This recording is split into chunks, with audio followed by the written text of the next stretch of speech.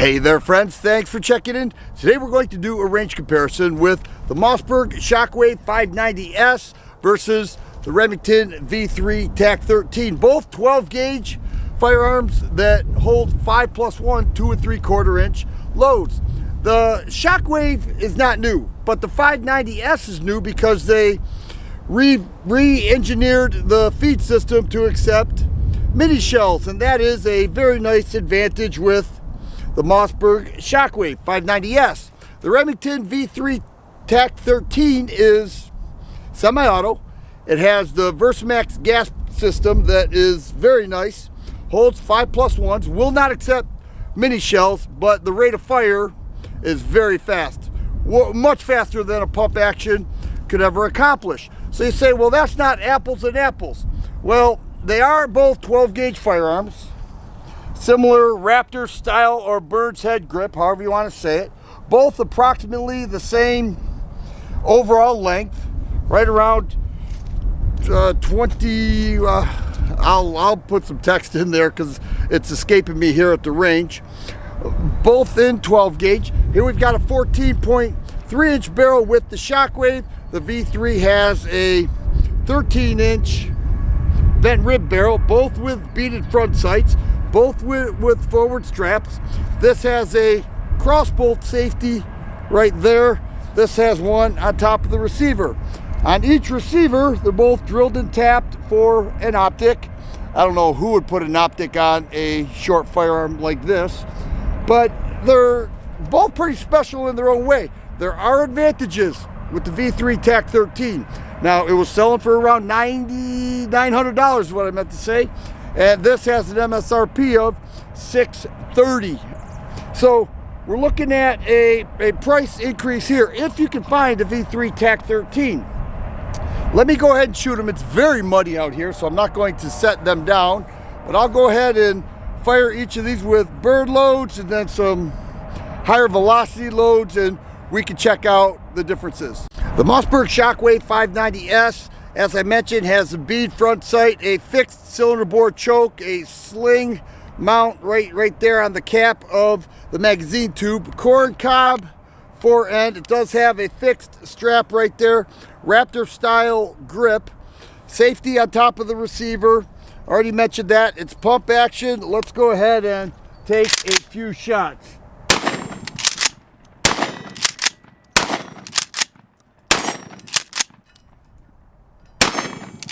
I think that's it.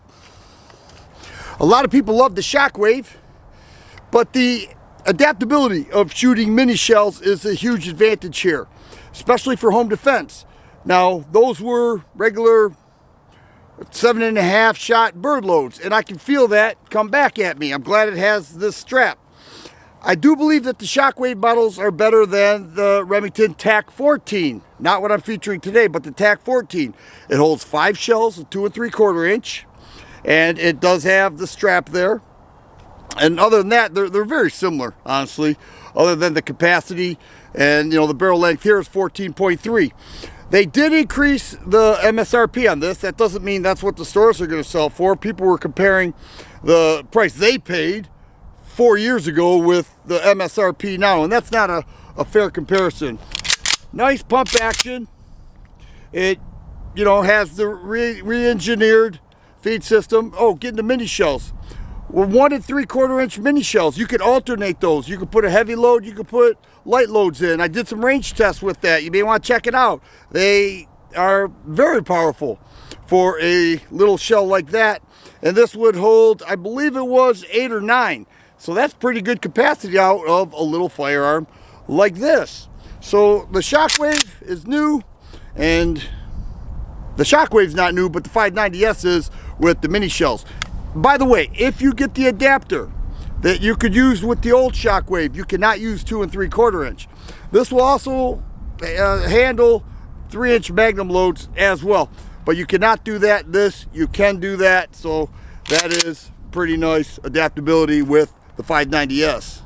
Here we have the Remington V3 TAC-13, 13 inch vent rib barrel. I already mentioned it has the beaded front sight, a barrel clamp right there, very beefy, a bit heavier, and that's because of the gas system. Now the semi-auto action with the VersaPort system is really smooth. It offers less recoil than the Shockwave or any other pump action as far as I'm concerned. Same bird's head grip, I believe Mossberg calls it a Raptor style.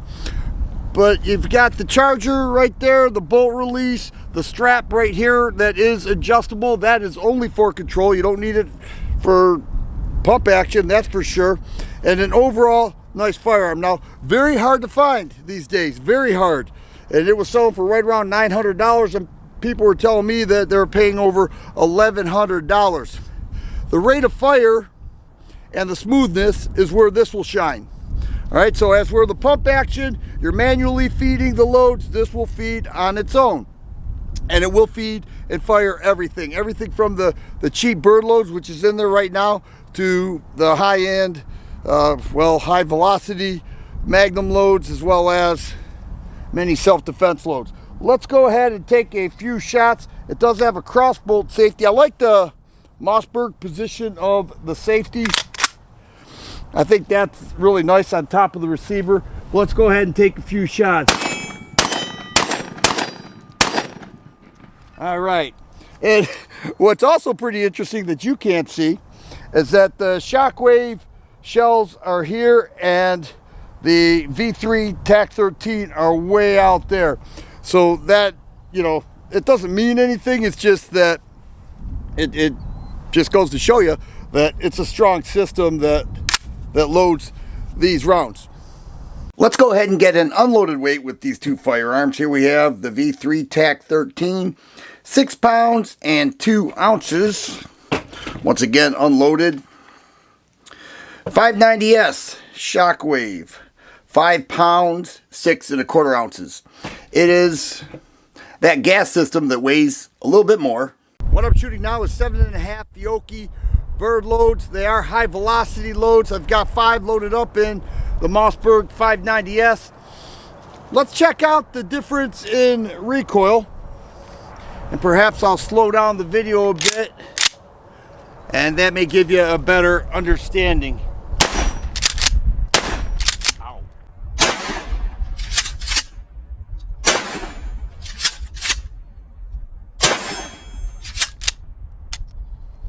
All right, so that was high velocity, which did offer more recoil. The one time you heard me say ow was I put it too close to my face and my thumb came right up and hit me right there.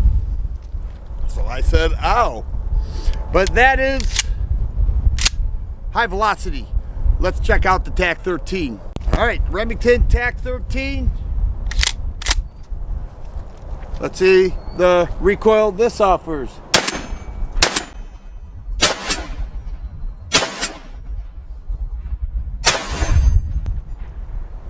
And that's it. Now, it's significantly less. So that's a great advantage with this. The rate of fire is an advantage. Overall length is about the same. But the advantage that the Shockwave has, let alone being a great firearm, which it is that you can alternate mini shells, and you can't do that with this V3 TAC-13. There's the Mossberg Shockwave 590S up top and the Remington V3 TAC-13 on the bottom. I told you that the overall length was very similar, and you can see right on the table that it is. Here is the charger, the bolt release, and a closer look at the barrel. I like this very thick and well built barrel clamp, and there's a look at the bird's head grip, and then the crossbolt safety is right there. We'll take a look at the other side. Not too much to see there, pretty much more of the same, but that is the Remington V3 TAC-13. It was really in high demand, big time, when it was first released. A lot of people said it was too expensive, but here we've got the Mossberg Shockwave 590S. All right, it's got a 1.3 inch longer barrel. There's that corn cob forend with the strap. Great firearm, 5+1. and even more with the mini shells. And what's interesting is you could load them up any which way you choose. So if you wanted to go with the 3-inch Magnum loads and then a mini shell, you could do that. Sounds kind of crazy, but you could. And adaptability is nice as well. Raptor style grip, and overall a great firearm. So both these are fine. I'm proud to own them both. Actually, I think they're both pretty nice. Actually, I think they're both very nice, and they both suit a purpose. You know, this range comparison's not so much to decide which one's better, even though that's what we do.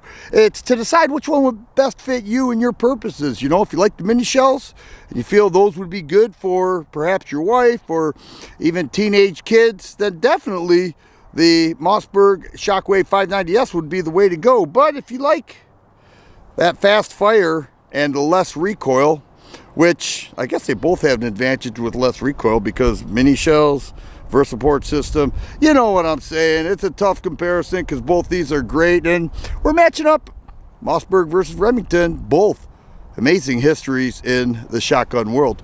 If you like videos like this, please subscribe and share. I always appreciate thumbs up button. Thanks for watching, and you guys be safe.